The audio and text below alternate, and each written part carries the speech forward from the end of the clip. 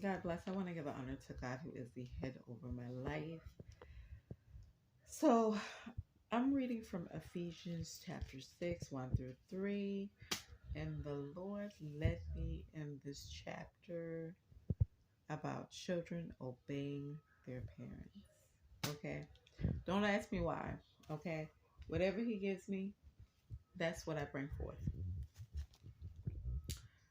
Children, obey your parents in the Lord, for this is right. Honor your father and mother, which is the first commandment, with a promise, so that it may go well with you and that you may enjoy long life on earth. So,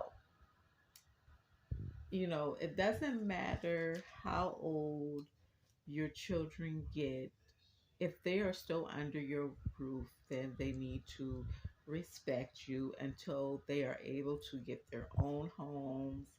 You know, so I always say this, always teach your kids, your children. I say kids.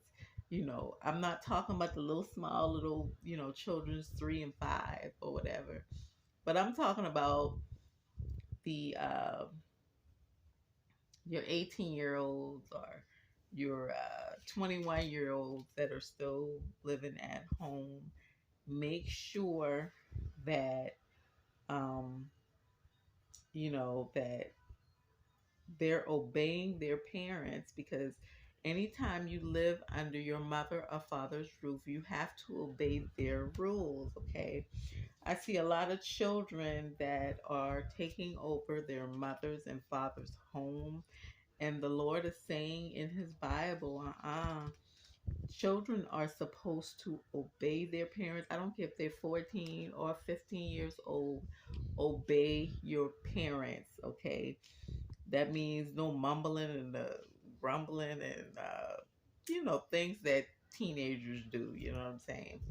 So always teach your kids to obey the rules in your house, because if you don't enforce the rules, then they will try to go over the rules in your house. And see, it's you who brought your children into the world, not your children bringing you into the world, okay?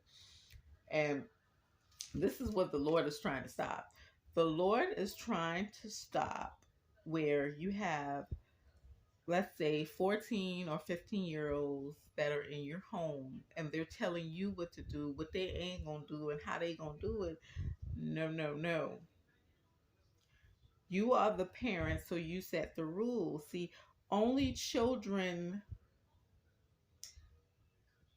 only your children can listen to what you say. See, this is how they learn. It's like learning, it's like teaching a baby, you know, giving a baby its first milk. It's like you teaching your children the right way to grow up the right way. But if you don't teach them the right way, they lose that milk, okay, the way they've been taught, and they start finding their own ways of teaching themselves, okay? And this is where we have a lot of children that are in destruction, children where we don't know where their head are, children where they're keeping everything inside. And these are how, this is how we're getting children into schools, because they have so much inside. Some children are being bullied and they come home and they just lay in their beds, But as women and men of God, or even mothers or fathers, make sure that when your children are coming home from schools, ask them, how was the day? Did anything happen? Was anybody bothering you? Because children tend to keep all that inside. And then what do you have?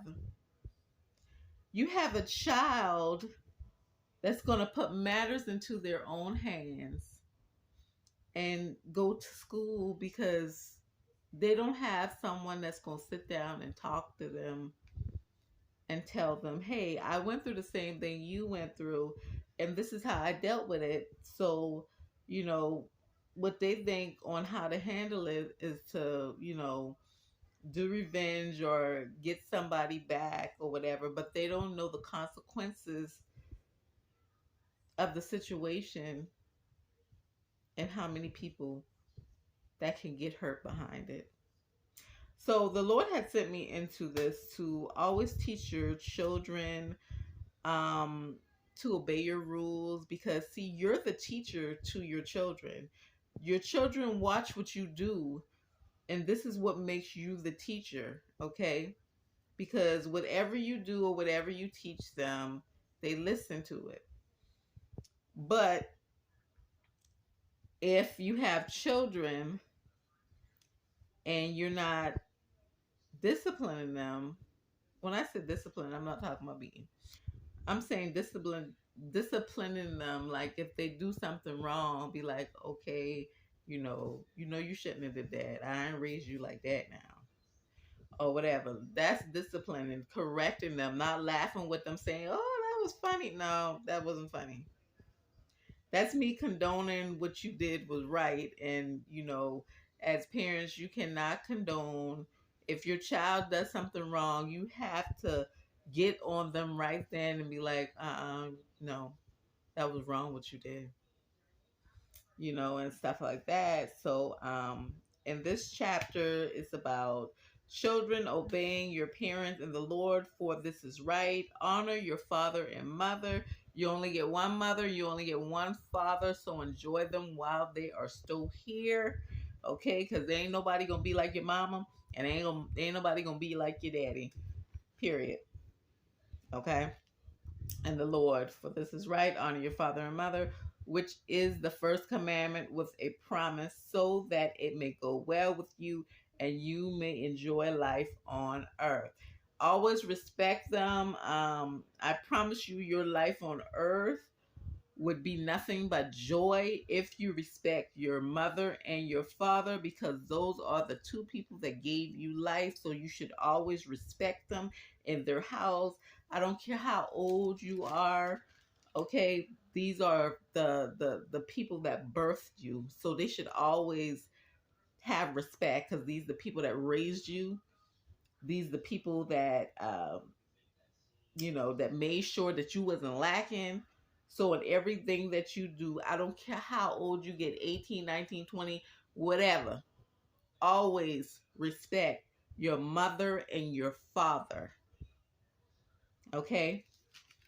Because only what you do for your mother and your father will prosper, and you will enjoy a long life on earth, okay?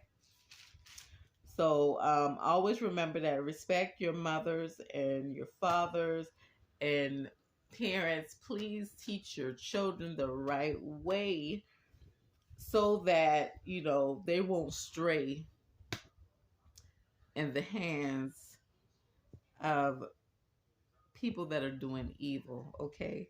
Because some people can contaminate your children, and they get habits they ain't supposed to have, you know what I'm saying?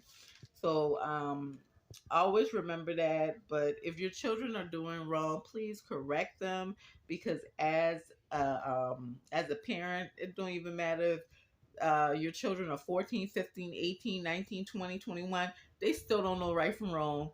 And this is why children have mothers and fathers, so that they can teach them the right way, so that they won't go they won't go in the path of doing wrong, okay? Okay, so please go back in Ephesians chapter 6, verses 1 through 3. God bless.